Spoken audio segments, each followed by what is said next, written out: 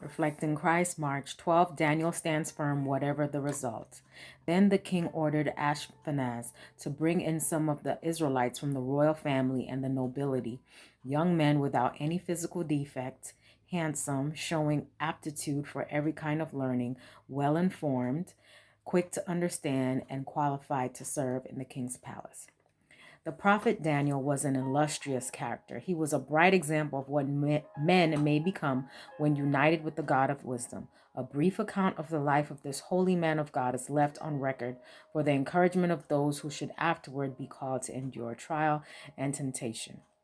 When the people of Israel, their king, nobles, and priests were carried into captivity, 4 of their number were selected to serve in the court of the king of Babylon. One of these was Daniel, who early gave promise of the remarkable ability developed in later years. These youth were all of princely birth and are described as children in whom was no blemish, but well favored and skillful in all wisdom and cunning and knowledge and understanding science and such as had ability in them.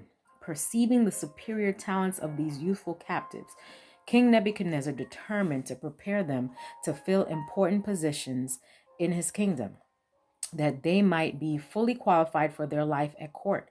According to Oriental custom, they were to be taught the language of the Chaldeans and to be subjected for 3 years to a thorough course of physical and intellectual discipline. The youth in this school of training were not only to be admitted to the royal palace, but it was provided that they should eat of the meat and drink of the wine which came from the king's table. Among the viands placed before the king were swine's flesh and other meats which were declared unclean by the law of Moses, found in Leviticus, and which the Hebrews had been expressly forbidden to eat. Here Daniel was brought to a severe test. Should he adhere to the teachings of his fathers concerning meats and drinks and offend the king and probably lose not only his position but his life? Or should he disregard the commandment of the Lord and retain the favor of the king, thus securing great intellectual advantages and the most flattering worldly prospects? Daniel did not long hesitate. He decided to stand firm in his integrity, let the result be what it might. He purposed in his heart that he would not defile himself with a portion of the king's meat, nor with the wine which he drank. He made God his strength, and the fear of God was continually before him in all the transactions of his life.